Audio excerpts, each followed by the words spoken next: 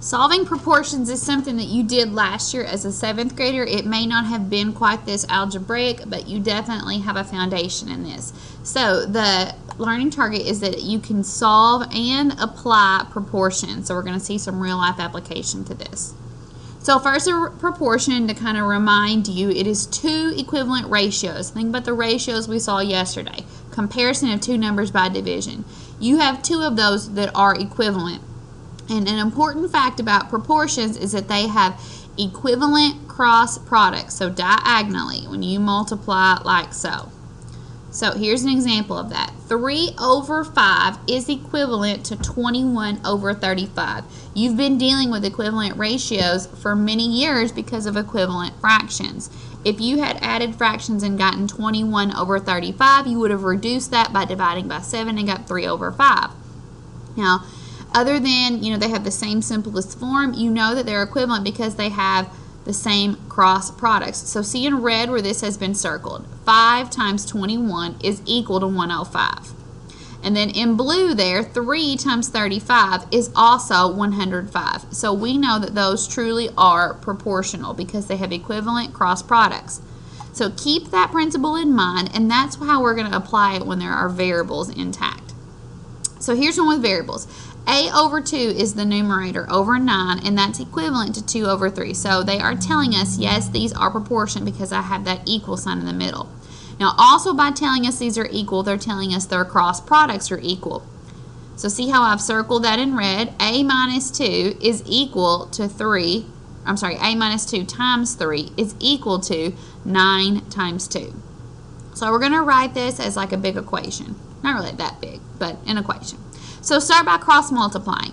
The quantity A minus 2, notice I have it in parentheses, times 3. That's because it's not just 3 times A, it's 3 times that difference, that whole portion up there, is equal to the other diagonal, 9 times 2.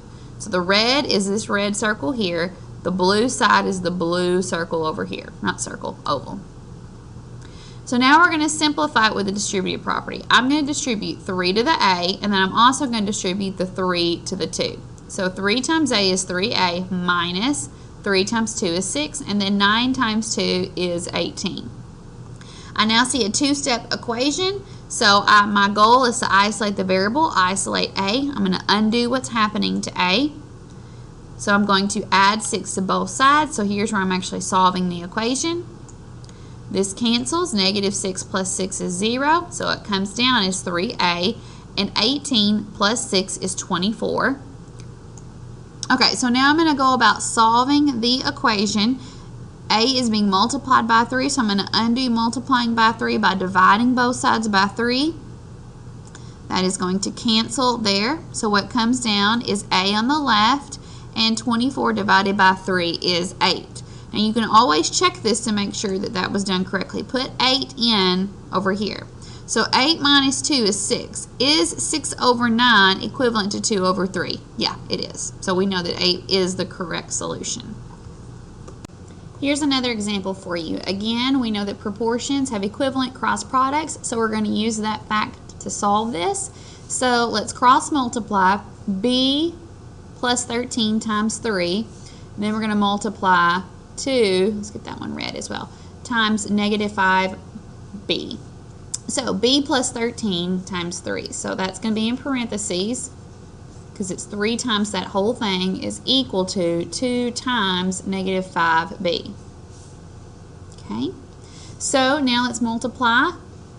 We're going to do 3 times B and 3 times 13 because of the distributive property. Notice that we're cleaning up the equation before we start undoing. So that is 3B plus 13 times 3 is 39 is equal to 2 times negative 5B is negative 10B.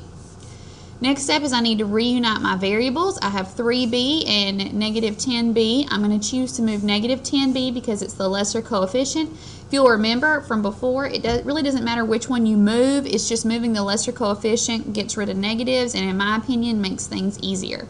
So I'm going to add 10B to both sides. On the left side, I get 13B plus 39 equals, and what's happening here is that's canceling out to 0. So I'm ready to start undoing to isolate the variable. I'm going to undo adding 39 first. I'm going to undo that by subtracting 39 on both sides. So on the left side that cancels. 13b comes down, and that equals negative 39. And whoops, went too far. 13b equals negative 39. I'm going to undo multiplying 13 by dividing both sides by 13. Therefore, b equals, and negative 39 divided by 13 is going to be a negative because they're different signs, and 39 divided by 13 is 3. So b equals negative 3.